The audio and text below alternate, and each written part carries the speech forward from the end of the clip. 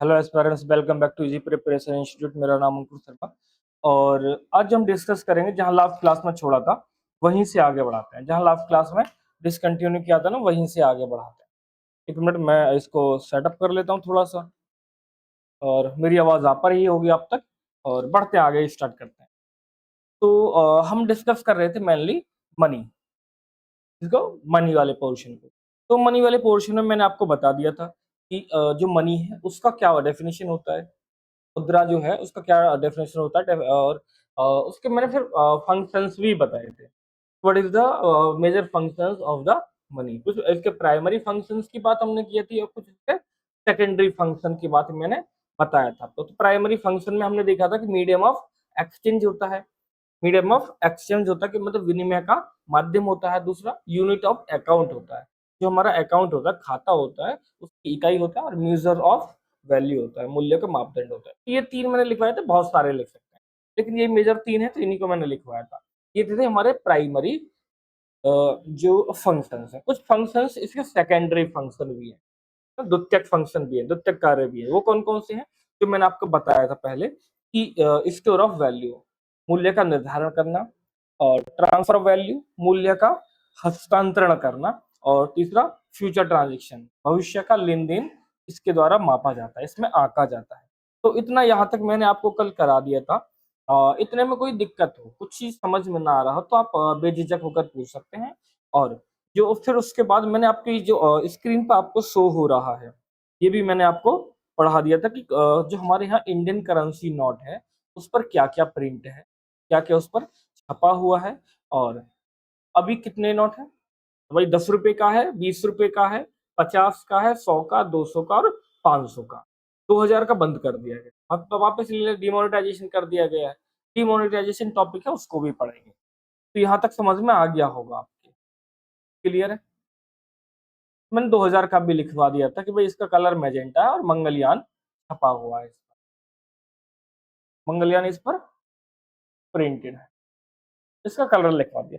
Dimension को लिखवाना मैंने उचित नहीं समझा है। अगर आपको देखना है तो आप गूगल करके देख सकते हैं, बाकी इतना ज्यादा नहीं आता है, इसलिए मैंने आपको लिखवाने की कोशिश की, मतलब लिखवाना उचित नहीं समझा है। क्या लिखवाना उचित नहीं समझा तो करते हैं यहाँ से स्टार्ट चीजों को।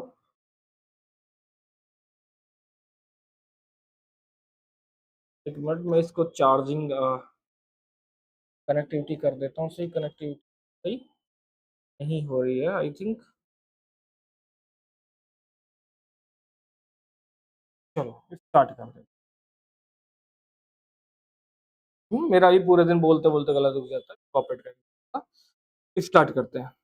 नेक्स्ट हेडिंग डाल देंगे बार्टर सिस्टम। बाइलिंगुअल ही करेंगे चीजों को, है ना। नेक्स्ट हेडिंग डाल देंगे बार्टर सिस्टम।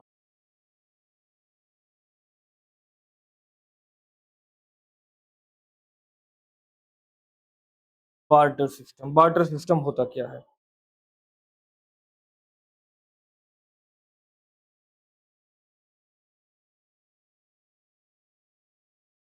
बार्टर सिस्टम होता क्या है, इसको बोलते हैं वस्तु विनिमय प्रणाली।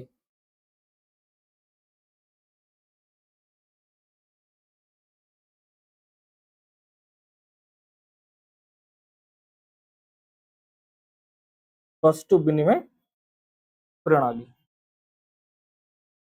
इसका मतलब होता है exchange of goods.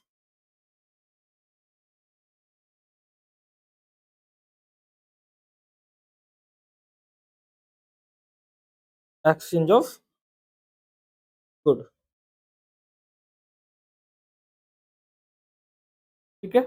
Exchange of goods के मतलब वस्तु के बदले वस्तु की प्राप्ति।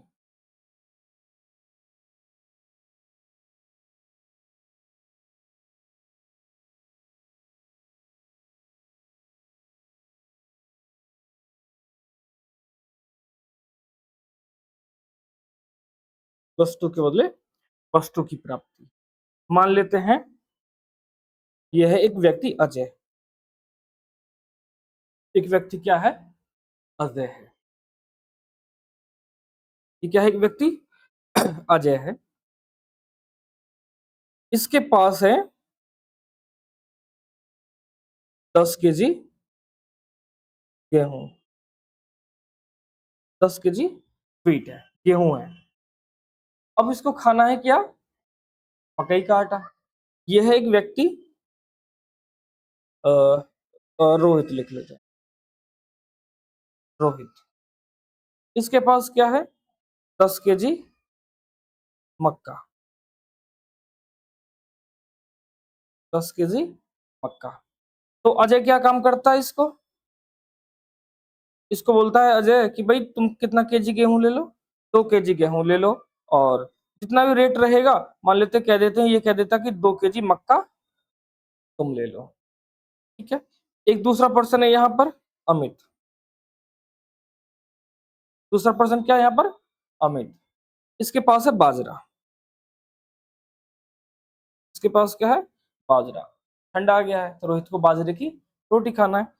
तो रोहित बोला इससे कि आप मक्का ले लो मेरे से, या जो गेहूं दिया था अजय ने, उसको बोला कि आप गेहूं ले लो, और अमित से बोला तुम मेरे को क्या दे दो?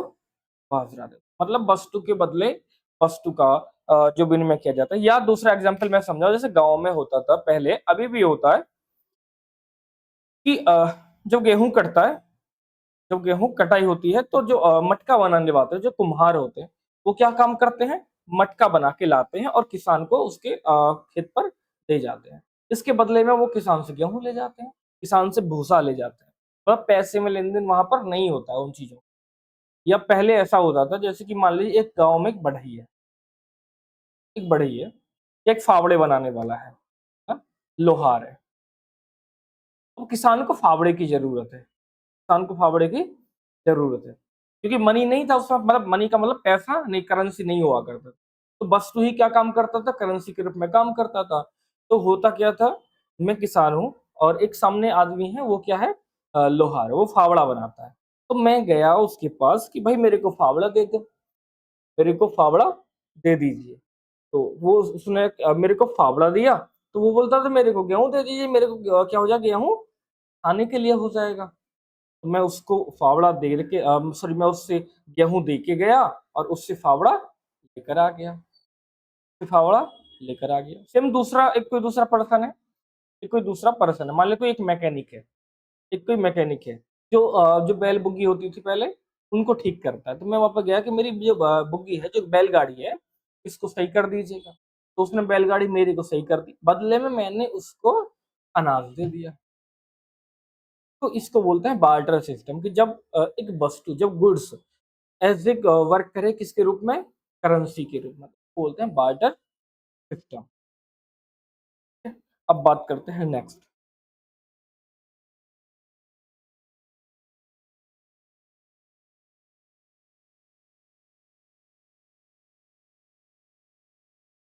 अब बात करते हैं नेक्स्ट, नेक्स्ट स्लाइड पर चलते हैं, बार्टर सिस्टम। लेकिन इसकी कुछ समस्याएं भी थी, इसकी कुछ समस्या भी हैं, प्रॉब्लम्स भी हैं। क्या प्रॉब्लम्स हैं? उनको एक बार एनालिसिस कर लेते हैं, किसकी? Barter system. पहले कि देखो, जब किसान के पास गेहूं कटा, तो किसान के पास क्या है? गेहूं ही गेहूं है। तो वो क्या करता था? पूरा गांव उस लोहार को या उस बढ़ई को या उस कुम्हार को सब क्या दे रहा है? गेहूं गेहूं दिया जा रहा है, गेहूं गेहूं दिए जा रहा है। तो अब उसके पास स्टोर करने के लिए इतनी जगह नहीं है। तो सबसे पहले क्या है? Storage problem. इसको लिख लेते हैं। सबसे पहले कौन सी प्रॉब्लम आई? Storage problem.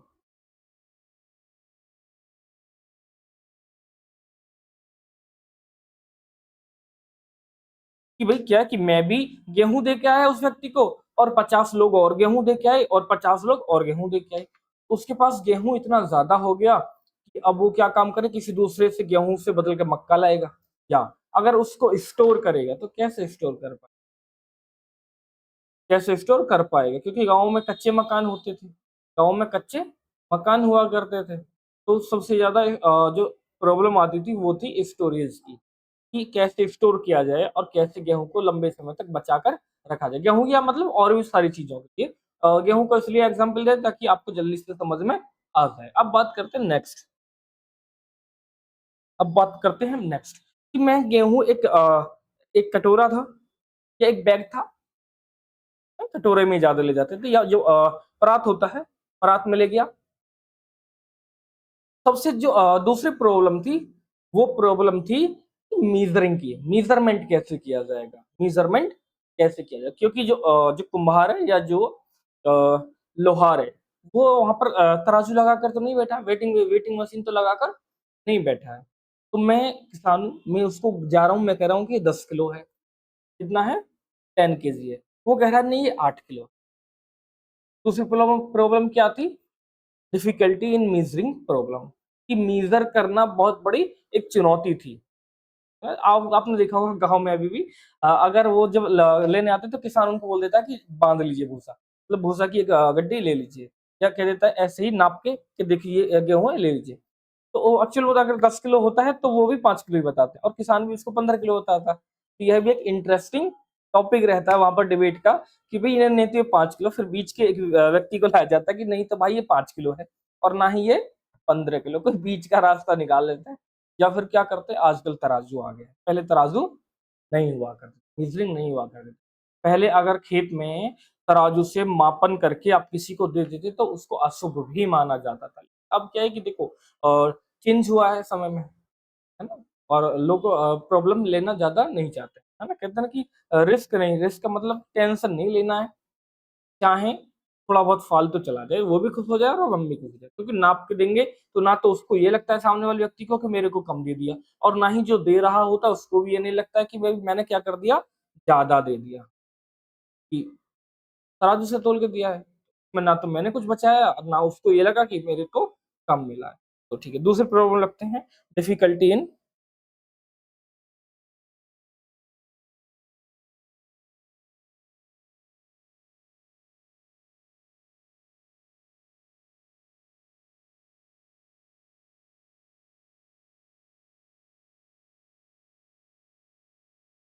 Measuring the value. और फिर दूसरी नेक्स्ट कंडीशन भी, प्रॉब्लम भी इसी से रिलेटेड, क्योंकि भाई मेरा इंटरेस्ट था या मैं चाह रहा था कि मेरे को थोड़ा सा मक्का मिल जाए, थोड़ा सा गेहूं मिल जाए, थोड़ा सा बाजरा मिल जाए, और थोड़ा सा चावल मिल जाए, राइस मिल जाए। लेकिन लोग क्या कर रहे हैं, लोग जब चावल का सीजन आया तो चावल ही लेके आ रहे हैं, चावल लेके आ रहे हैं सब, लेकिन एक लिमिट में ही तो चावल खा सकता हूँ। या फिर जब गेहूं का सीजन आया तो सब लोग गेहूं लेके आ रहे हैं। तो स्टोरेज की प्रॉब्लम तो एक दूसरी तरफ रह गई, और मीजरिंग की प्रॉब्लम एक दूसरी तरफ रह गई। फिर एक और प्रॉब्लम निकल के आई कि ड्वेल वांट्स का, 12 का, कि मैं जो मेरी दोहरी इच्छाएं थी उनका संयोग हो गया, कि मैं चाह रहा था कि मेरे को सब चीज मिल रहा है, लेकिन मेरे को मिल क्या रहा, एक ही चीज मिल रहा है। तो फिर मैं उस चीज को लेकर जाऊंगा किसके पास, किसी दूसरे के पास, जिसके पास वो एक्स्ट्रा होगा, के पास वो एक्स्ट्रा होगा, उससे फिर से मैं बदल के लाऊंगा। मतलब पहले एक व्यक्ति ने मेरे को गेहूं दिया, मैंने उस गेहूं को दोबारा से फिर से अपने बर्तन में भरा, मैं किसी तीसरे व्यक्ति के पास पहुंच गया कि भाई ये गेहूं आप ले लीजिए, इस गेहूं के बदले मेरे को मक्का आप दे दीजिए। ये सब चलता रहता है, गाँव में अभी भी होता है, गाँव में अभी भी होता है। जैसे अभी भी हमारे गाँव मोहल्ले में तो ऐसे ही होता है कि अगर गाँव में कि अगर किसी के घर पे कोई दूसरी सब्जी बनी है, किसी के घर पे कोई दूसरी सब्जी बनी है, तो एक कटोरी सब्जी इस घर से उस घर में पहुंचा दी जाती है, और एक कटोरी सब्जी इस घर से इस घर में आ जाती है, इस घर से इस घर में आ जाती है। ऐसे ही अ, इस घर में गेहूं का आटा है, इस घर में मक्का का आटा है, तो ये एक कटोरा आटा यहाँ से यहाँ चला जाता है, और एक कटोरा आटा यहाँ से यहाँ आ जाता है। तो मक्का का गेहूं में दे देते हैं, और गेहूं वाले को मक्का का दे देते हैं। उसी को बार्टर सिस्टम देखने सिटीज में ऐसा देखने को नहीं मिलता है। इसको लिख लेते हैं next, lack of dwell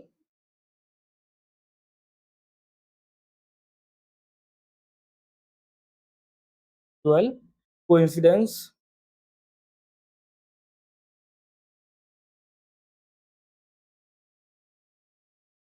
of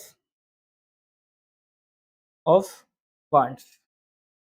next, problem of divisibility,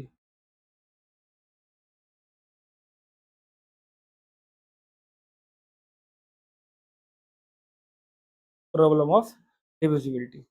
तो ये तो थे हमारे जो प्रॉब्लम्स की। अब बात करते हैं टाइप्स ऑफ मनी।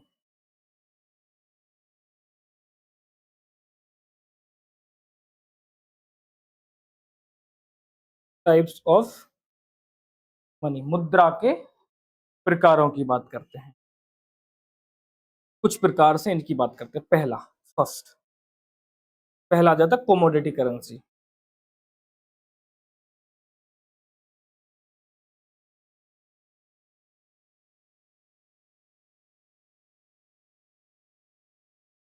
कोमोडिटी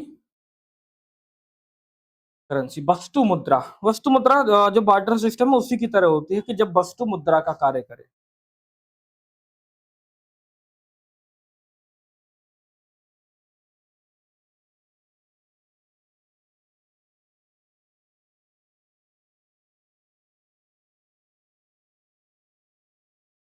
जब वस्तु मुद्रा का कार्य करे, ठीक है। जैसे आप सब लोगों ने देखा होगा, जब आइसक्रीम वाला आता था गाँव में, जो लोग गाँव के हैं वो तो रिलेट कर पाएंगे, जो लोग गाँव के हैं वो इससे रिलेट कर पाएंगे। तो जब आइसक्रीम वाला आया करता था, है ना, तो हम लोग क्या करते थे, मैं तो गिलास में लेके जाता था, एक गिलास लेके मैं गिलास में गेहूं भरकर ले जाते थे और आइसक्रीम वाले भैया को दे देते थे कि भैया लीजिए। तो वो भी कट्टा लग के रखा था स्टोर करने के लिए, उसमें पलट रहा था और हमको एक आइसक्रीम दे दिया करता था। मतलब यहाँ पर गेहूं किसके रूप में काम कर रहा है, मनी के रूप में, मतलब करेंसी के रूप में, मुद्रा के रूप में। ठीक है? इसी को क्या बोलते हैं, कॉमोडिटी करेंसी बोलते हैं। नेक्स्ट हेडिंग डाल देंगे दूसरा, plastic currency. Next heading, plastic currency.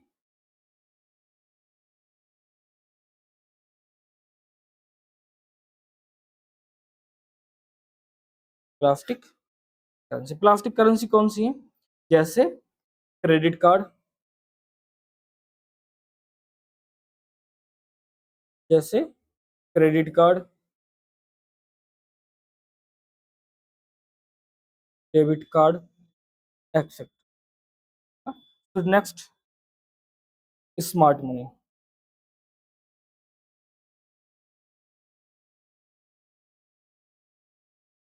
Next, smart money, ये भी सेम ही है, ये भी क्या है, सेम ही है।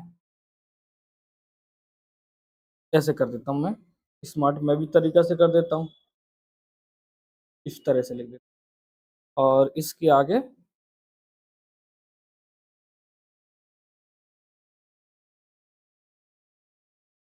इस तरीके से बना देता हूँ दोनों, है ना, क्रेडिट कार्ड और डेबिट कार्ड। अब बात करते हैं डिजिटल करेंसी।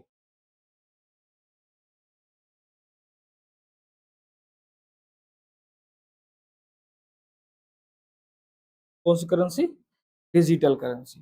डिजिटल करेंसी का मतलब क्या है, इलेक्ट्रॉनिक रूप में, इलेक्ट्रॉनिक फॉर्म में,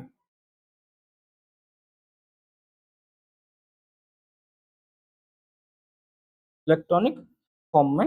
और इसको यूज कहाँ किया जाता है, ऑनलाइन,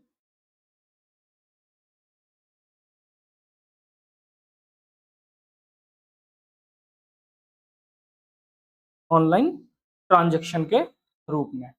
जैसे अगर इसकी कुछ एग्जाम्पल की बात करूं, जैसे आरबीआई के द्वारा एक रुपया जारी किया गया है, ई रुपी, इसके द्वारा, आरबीआई द्वारा ई रुपी, ठीक है। दूसरी एक और डिजिटल करेंसी है, क्रिप्टो करेंसी,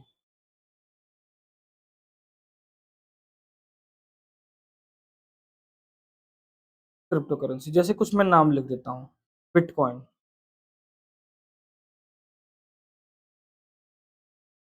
बिटकॉइन ना, एक और नाम लिख देता हूँ, एथेरियम, बिटकॉइन और एथेरियम। क्लियर, चलो इसके बाद हेडिंग डाल देते हैं एक, पेपर करेंसी।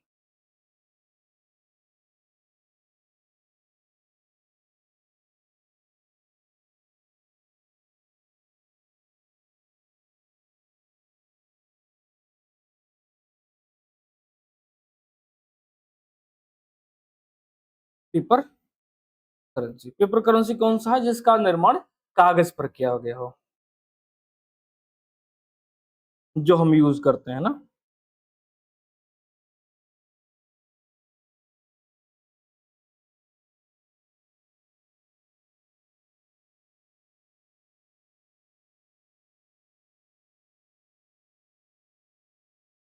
जिसका निर्माण कहाँ किया गया हो, कागज पर किया गया, जैसे भारत का रुपया है। ठीक है। फिर इसके बाद नेक्स्ट हेडिंग डाल देंगे metallic currency.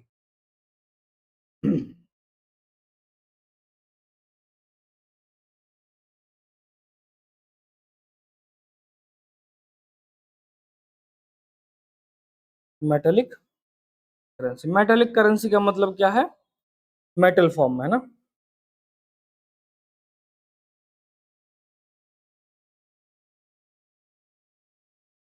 Form by metals. Coin, coins है ना। जैसे कुछ कॉइन पहले आपने देखा होगा सिल्वर के भी होते हैं, ठीक, कुछ गोल्ड के भी होते हैं, कुछ तांबा कॉपर के भी होते हैं, इत्यादि।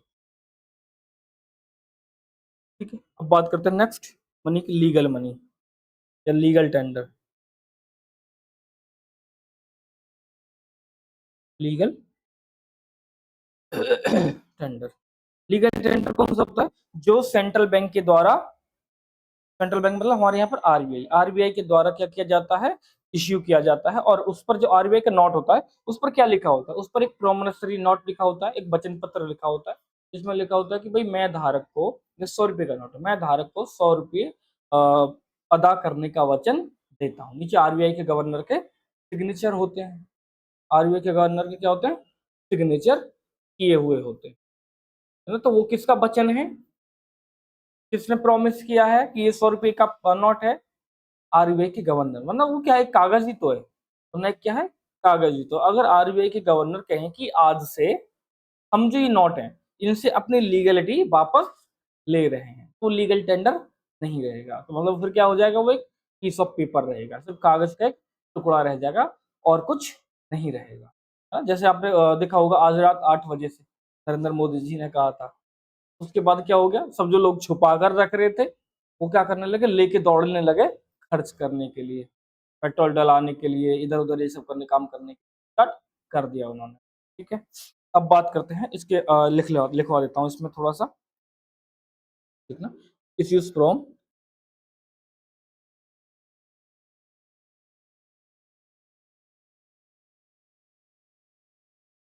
गवर्नमेंट और सेंट्रल बैंक, ब्रैकेट में आरबीआई, और इसको कोई भी लेने से मना नहीं कर सकता, ये सब आप जानते हैं। Next, hard currency.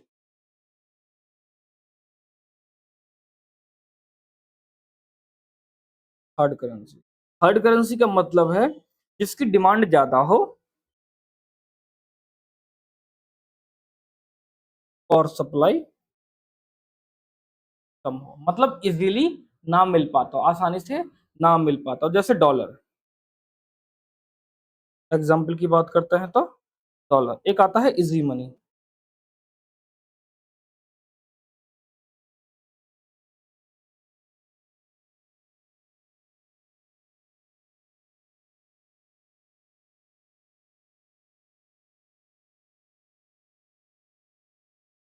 Easy currency. इसमें लिखेंगे जिसकी डिमांड कम हो और सप्लाई ज्यादा हो, जैसे भारतीय रुपया,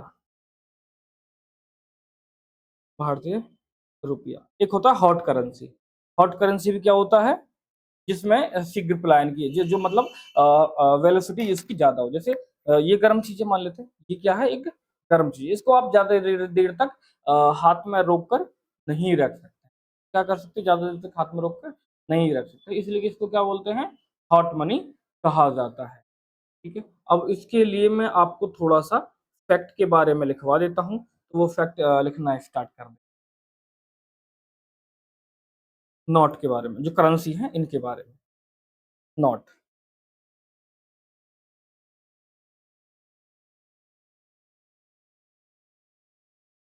चलो लिखते हैं फर्स्ट, इंडियन करेंसी पेपर मिल।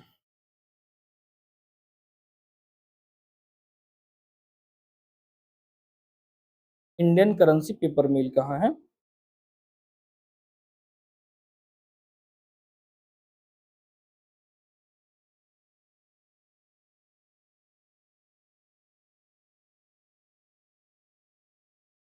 कहाँ पर है भाई? होशिंगाबाद में।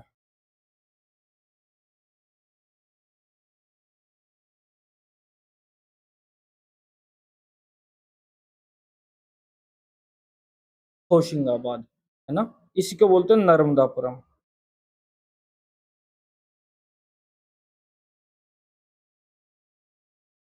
नर्मदापुरम कहाँ? एमपी, मध्य प्रदेश ना। कहाँ पर? एमपी, मध्य प्रदेश में। दूसरा, दूसरे की बात करता हूँ, इंक मैन्युफैक्चरिंग यूनिट।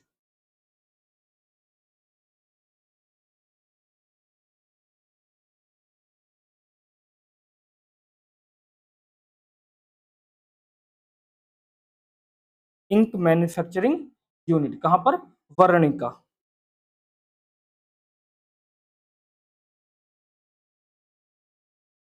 कहाँ पर? वर्णिका, मैसूर। मैसूर। तीसरा पॉइंट, कॉइनेज एक्ट कब लाया गया?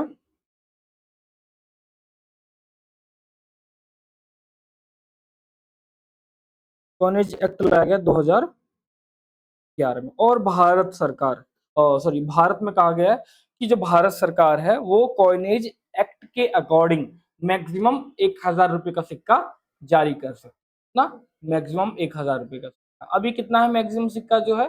20 रुपए का। 20 रुपए का है तो भाई 1 रुपए का सिक्का है, और 2 रुपए का सिक्का है, 5 का सिक्का है, 10 का सिक्का है, और 20 का सिक्का। तो लिख लेते हैं इस पे, यहीं पे, government of India can issue maximum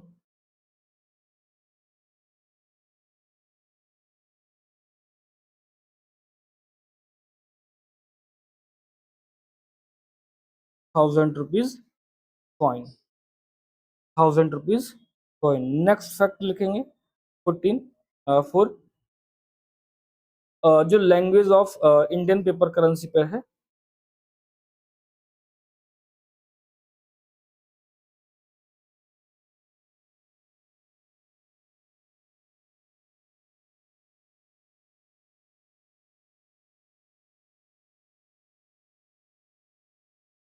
paper currency पर टोटल कितनी भाषा है? 17। टोटल कितनी? 17, 17। ठीक है, टोटल कितनी लैंग्वेज है? 17। इन लैंग्वेजेस को लिखवा देता हूँ, ये कौन कौन सी 17 लैंग्वेजेस है। नेक्स्ट स्लाइड पर चलते हैं। नेक्स्ट स्लाइड पर चलते हैं और यहाँ लिख देता हूँ 17 languages on paper currency.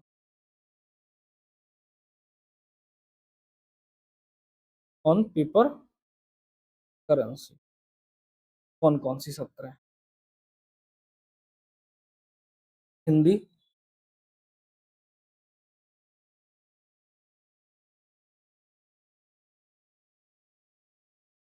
English,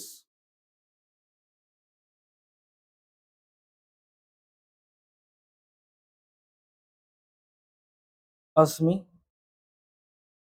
Bengali, Gujarati,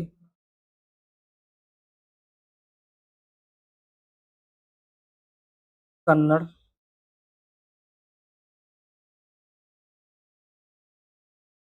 Kannada के बाद में कश्मीरी।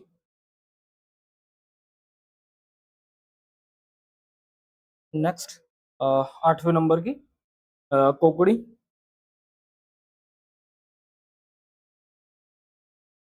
कोंकणी। और फिर नाइन्थ, नाइन्थ नंबर की मलयालम।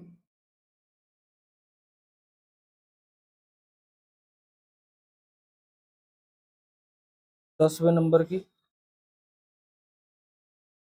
नेपाली। 11वें नंबर की मराठी। 11वें नंबर की मराठी। 12वें नंबर की उड़िया।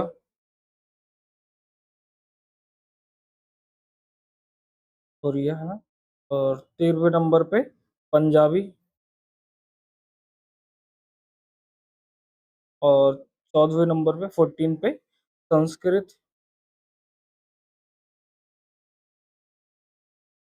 संस्कृत। और 15 नंबर पे तमिल। 3 नंबर पे तेलुगु। और 17 नंबर पे और लास्ट उर्दू। ये सारी लैंग्वेजेस हैं जो लिखी हुई है कहाँ पर, इंडियन करेंसी नोट पर। इंडियन करेंसी नोट पर। फिर और कुछ फैक्ट लिखते हैं यहाँ पर।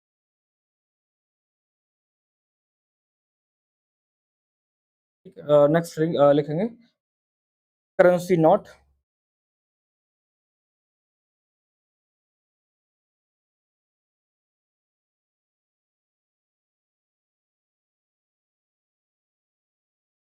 Printing palace in India.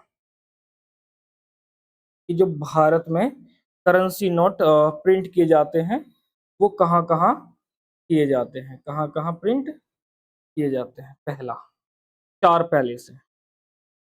कितने पैलेस हैं टोटल? 4 पैलेसेस। टोटल कितने हैं? 4 पैलेसेस। ऐसे लिख लेते हैं। इनका एक एक करके मैं नाम लिखता हूं। पहला देवास। कहां पर? एमपी में। पहला देवास एमपी में। दूसरा नासिक।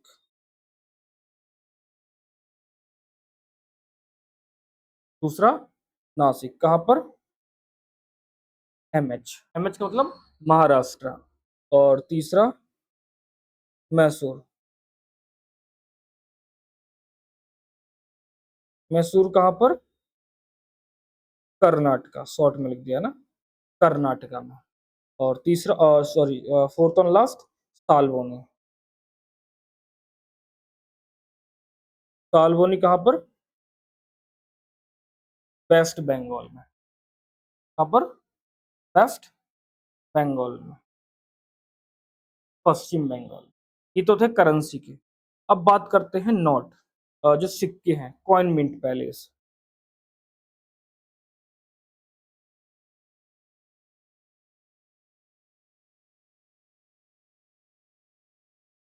Coin mint palace. ये भी कितने हैं? ये भी 4 हैं। ये भी कितने हैं? ये भी 4 हैं और ये भी 4। इन चारों के नाम क्या क्या हैं उनको एक बार लिखते हैं। फर्स्ट कोलकाता। फर्स्ट कोलकाता। ये कम करते हैं, ईयर के हिसाब से लिखते हैं। सबसे लास्ट का मतलब सबसे पहला। सबसे पहला नोएडा। सॉरी, हैदराबाद। सॉरी, हैदराबाद नहीं, मुंबई।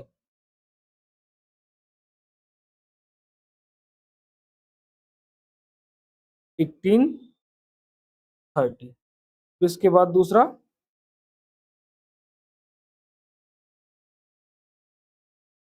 हैदराबाद 1903 में। फिर तीसरे नंबर का। इसके बाद कोलकाता,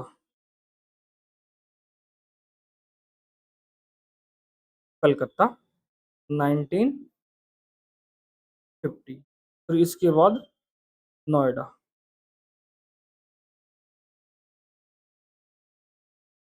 1980। तो ये 4 पैलेसेस हैं जहाँ पर सिक्कों को मिंट किया जाता है, जहाँ पर सिक्कों को मिंट किया जाता है। अब बात करते हैं भारतीय रुपये के बारे में कि इसको किसने बनाया, इसका लोगो कब अपनाया गया, लोगो बनाया किसने, सारी चीजें यहाँ पर डिटेल में बात करते हैं। चलते हैं नेक्स्ट नेक्स्ट स्लाइड की तरफ।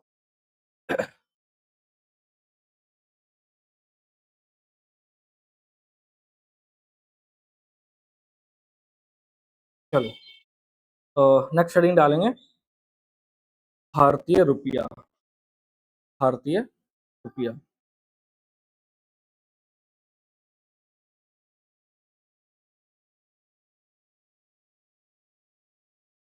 Indian rupee.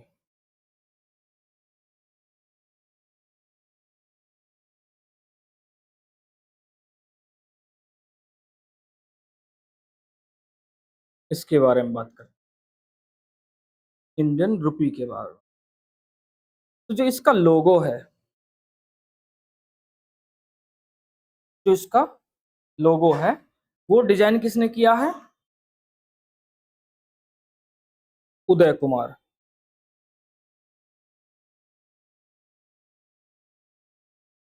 ने, उदय कुमार ने दिया है, जो कहां से रेट करते हैं, आईआईटी बॉम्बे के छात्र हैं, student of IIT Bombay. Logo design किसने किया है, उदय कुमार ने। किया कैसे है, मैं एक चीज लिखता हूं यहाँ पर, आर प्लस आर, इस तरह से डिजाइन किया है, इस तरह से डिजाइन किया है इन्होंने।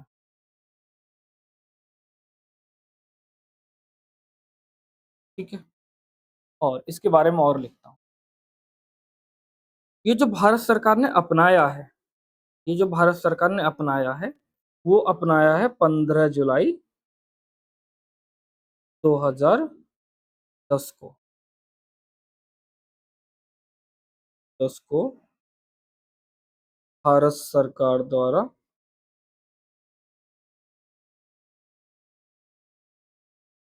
अपनाया है।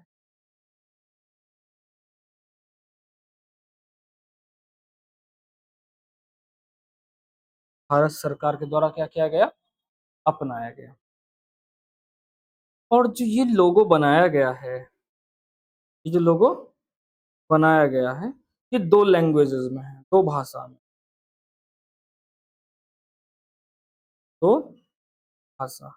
पहला, एक तो हिंदी में और दूसरा इंग्लिश में। हिंदी में जो लिखा गया है उसके लिए लिपि कौन सी है, देवनागरी लिपि।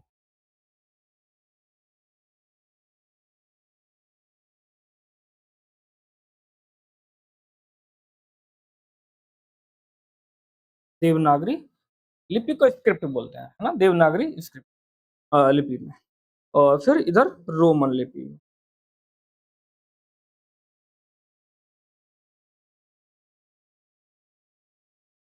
रोमन लिपि में कैसे, मैं समझाता हूँ, लिखता हूँ यहाँ पर थोड़ा सा, थोड़ा कर, इस तरह से, इस तरह से ना।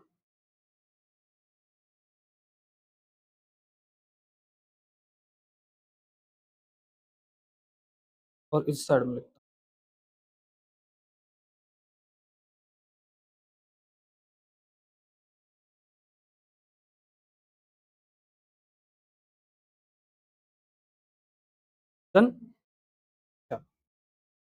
नेक्स्ट चल, तो ये तो था हमारा किसके रुपये में, किसके रूप में, भारतीय रुपये के बीच में।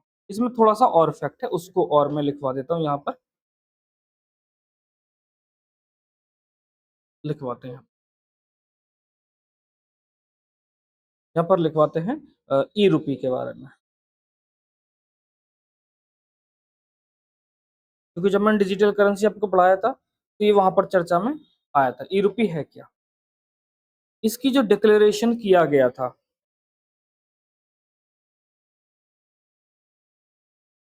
वो डिक्लेयर किया गया था 1 फ़रवरी को और 2022 में, है ना? बजट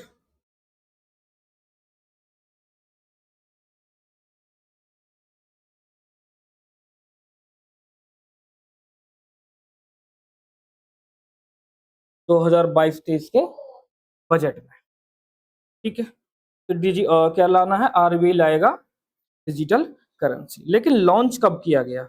ये जो लॉन्च किया गया,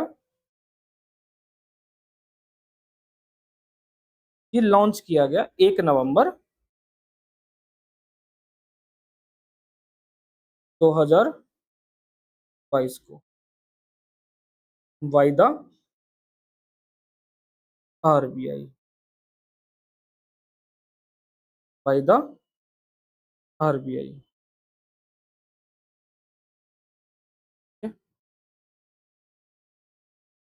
और इसका कुछ अदर नेम भी है,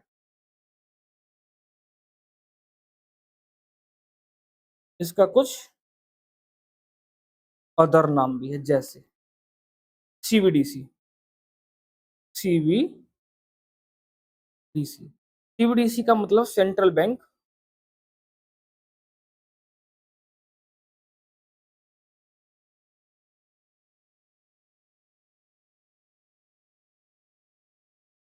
central bank digital currency,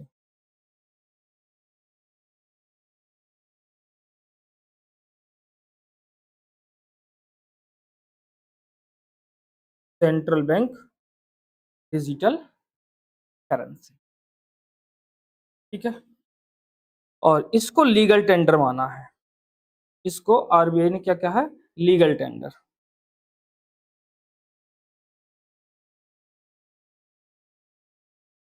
legal tender. अब लीगल टेंडर तो आपके लिए नया नहीं है, लीगल टेंडर तो आप समझते ही हैं, ये मैंने आपके पीछे ही समझा चुका हूँ, इसलिए नोट करके लिखेंगे,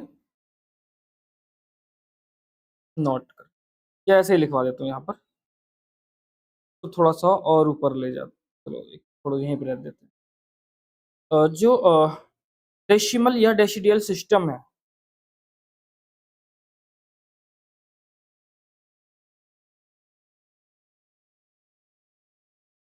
डेकाडियल सिस्टम है, वो कब अपनाया जाता है?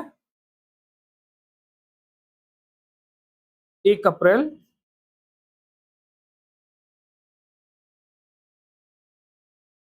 1957 को अपनाया।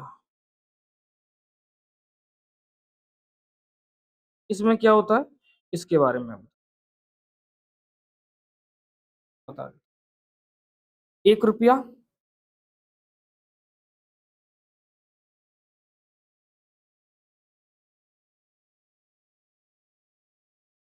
100 पैसे, 100 पैसे। उससे पहले हम क्या करते थे? 1 रुपया किसके बराबर होता था? 16 आना। आपने सुना होगा जरूर अपने दादा दादी से, इतने आना है, इतने आना है। तो वो आना मतलब कम सौ आना नहीं है, वो रुपए की बात करते हैं, मतलब उनका 16 आना अगर वो कह रहे हैं, तो वो 1 रुपए की बात कर रहे हैं। अगर वो 4 आना कह रहे हैं, तो 25 पैसा की बात कर रहे हैं। अगर वो 8 आना कह रहे हैं, तो फिर 50 पैसे की बात कर रहे हैं। ठीक है? तो उससे पहले ये चलता था। लेकिन जो डेकेडियल सिस्टम है, वो हमने कब अपनाया? इस तारीख को, 1 अप्रैल 1957 को, 1957 में। ये दशमलव प्रणाली बोलते हैं इसको, इसको क्या बोलते हैं? दशमलव प्रणाली।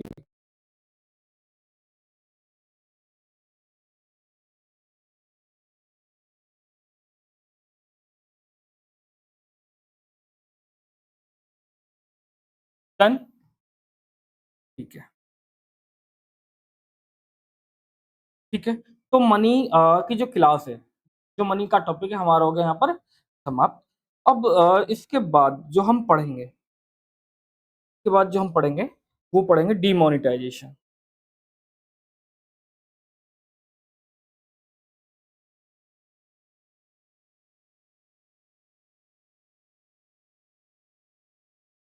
डिमोनेटाइजेशन, विमुद्रीकरण।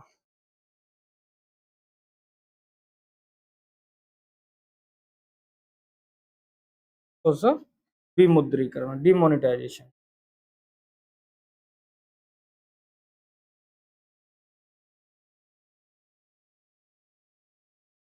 डिमोनेटाइजेशन, विमुद्रीकरण।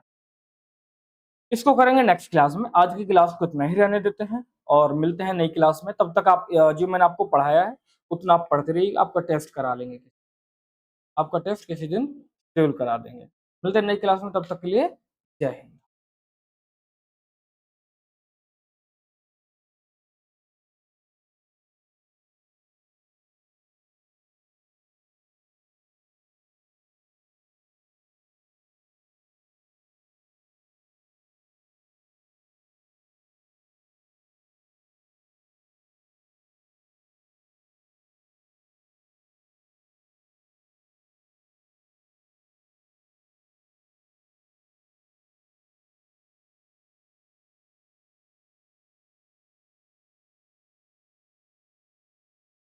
एक काम करते हैं, इसको बैंकिंग का ही पार्ट बना देते हैं।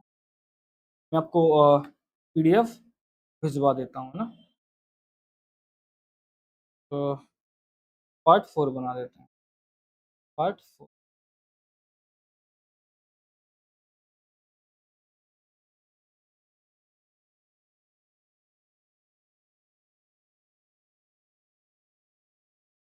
ठीक है।